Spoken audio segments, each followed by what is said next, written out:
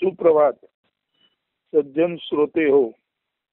आज आपण आत्मोपनिषद संतपाद 500-101 वरची रचना क्रमांक 27 ची पद्यरचना पाहणार आहोत. सहज समज सतत संत. त्याचा अर्थ असा आहे, सहज म्हणजे सहज जन्माला येता येता, समज जन्माला येता येताच,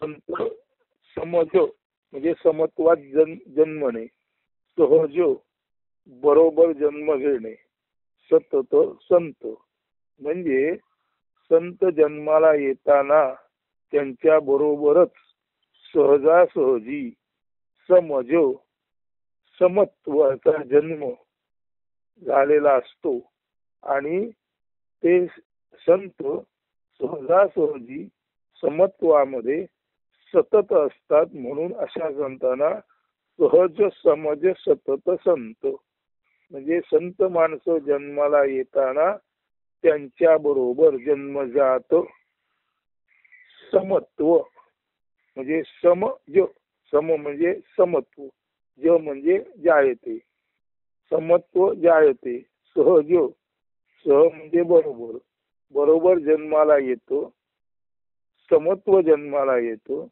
आणि हे बरोबर समत्व जन्माला आलेला गुण घेऊन सतत संत जीवनभर असतात. म्हणजे सहज समज सतत संत म्हणजे संत लोक जन्माला येतानाच त्यांच्या बरोबर जन्मसिद्ध समदृष्टी समवर्तन आलेलं असतं आणि ते समदृष्टी समवर्तन संपूर्ण आयुष्यभर ते बाळगत असतात आणि त्या समत्वात वर्तत असतात. म्हणून सहज समज सतत संत, संत जन्माला येतानाच समदृष्टी समवर्तन आणतात आणि समदृष्टी आणि समवर्तनातच ते संपूर्ण जीवन व्यतीत करतात. असा या शीर्षकाचा अर्थ आहे, सहज समज सतत संत.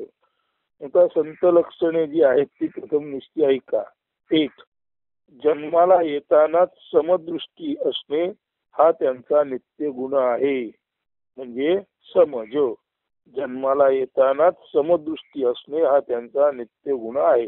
समज म्हणजे समत्वामध्येच जन्म हा संतांचा मुख्य गुण आहे.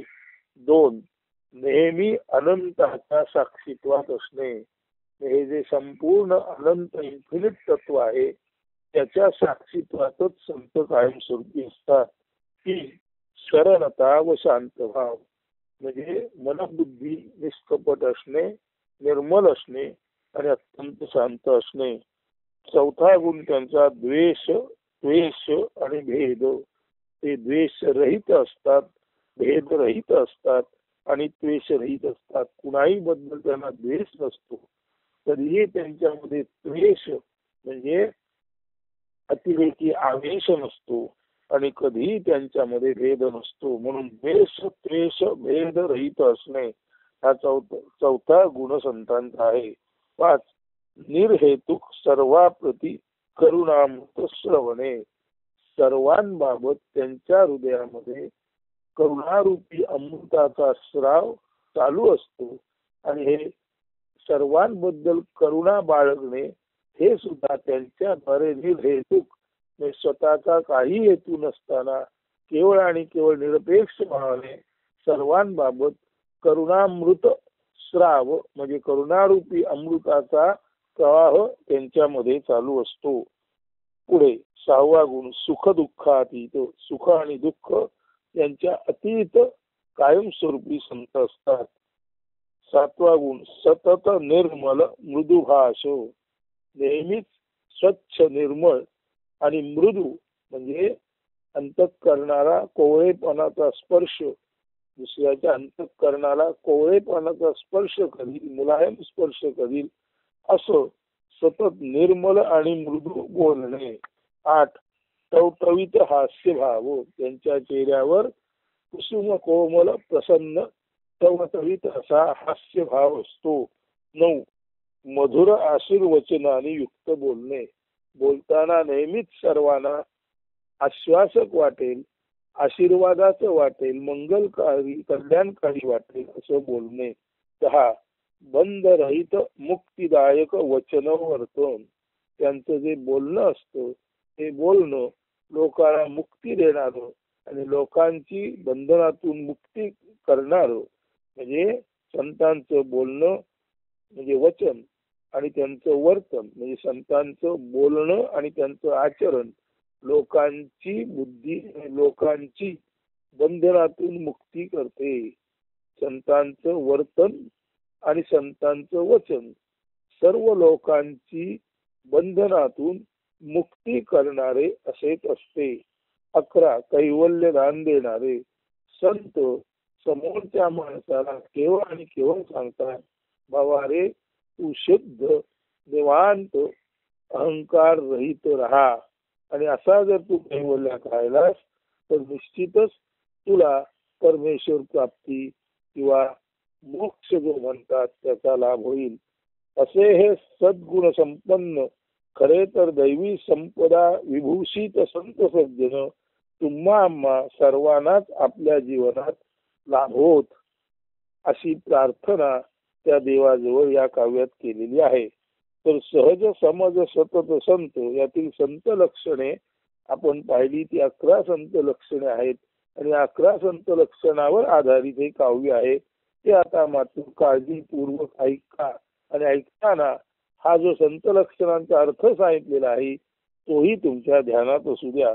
तर आता पुढे सहज समज सतत संत नित्य साक्षी स्थित अनंत साधु सरळ शांत दक्ष देतो तव जीवनात. सहज समज सतत संत द्वेष त्वेष भेद रहित सदा सतत हेतुरहित करुणामृत सदा झरत देतो तव जीवनात. सहज समज सतत संत सुख दुःख सदा अतीत निर्मल मृदु भाष सतत हास्य भाव तव टवीत भेटो तव जीवनात. सहज समज सतत संत सदा मधुर आशीर्वच मुक्त करीत बंधरहित कैवल्याची दे अविरत भेटो तव जीवनात. सहज समज सतत संत. तर असे 11 दैवी गुणांनी संपन्न साधू संत तुम्हा आम्हाला वरच्यावर भेटोत असा हा एक आशीर्वाद रूपी काव्य प्रसाद संतांच्याच मुखातून आलेला तुमच्या पुढे त्याचा पट उलगडून दाखवलेला आहे. थोडक्यात म्हणजे ज्ञानेश्वर माऊली म्हणतात, वर्षत सकळ मंगळी ईश्वर निष्ठांची मांदी आली अनवरत भूमंडळी भेट तू भूता. हे जे ज्ञानेश्वरांनी म्हटलेलं आहे आपल्या पसायदानात त्याच तऱ्हेचं हे काव्य आहे की अशा 11 दैवी सद्गुणाने युक्त असले संत महंत या भूमंडळावर तुमच्या आमच्या वाट्याला सदोदित येवोत आणि त्यांच्या बोलाकडे म्हणजे ते जे बोलतात त्या वचनाकडे आणि त्यांच्या आचरणाकडे सन्मुखता ठेवून आपण आपलं जीवन जगावं आणि त्यांचा आशीर्वाद प्राप्त करून घ्यावा असा या एकंदर काव्याचा मथिता अर्थ आहे. तर सहज समज सतत संत असे हे सारे संत लोक तुम्हा आम्हाला वरच्यावर भेटोत. अस्तु शुभदिन सुप्रभात. धन्यवाद.